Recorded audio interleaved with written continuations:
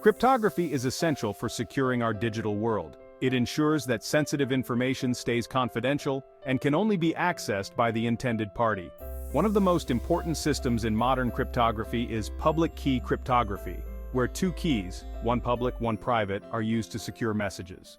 In public key systems, the public key is shared with everyone, and the private key is kept secret.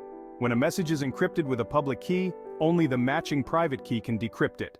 RSA is a widely used public key cryptosystem developed by Rivest, Shamir, and Edelman. It revolves around the difficulty of factoring large composite numbers into primes, making it highly secure. Step 1. Choose two large prime numbers, p and q. Step 2. Multiply them to get n. The modulus n equals p times q. Step 3. Compute Euler's totient function, phi of n equals p minus 1 times q minus 1. Step 4. Choose an encryption exponent e such that 1 is less than e, which is less than phi of n. Typically e equals 65,537. Step 5.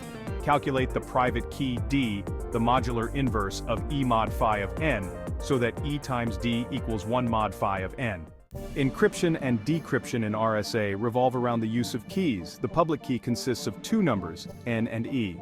To encrypt a message m, you compute the ciphertext c as c equals m raised to the power of e, then taken modulo n.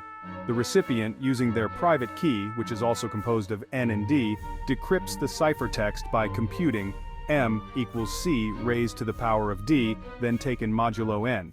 There are some common misconceptions and vulnerabilities associated with RSA. Many believe that public key encryption is impervious to attacks. However, RSA can be susceptible to several types of attacks. One is brute force attacks, where an attacker tries all possible keys. Another is timing attacks, where the attacker measures how long decryption takes to infer the key. To mitigate these risks, several countermeasures can be applied. One effective strategy is to use larger key sizes, specifically 2048 bits or more.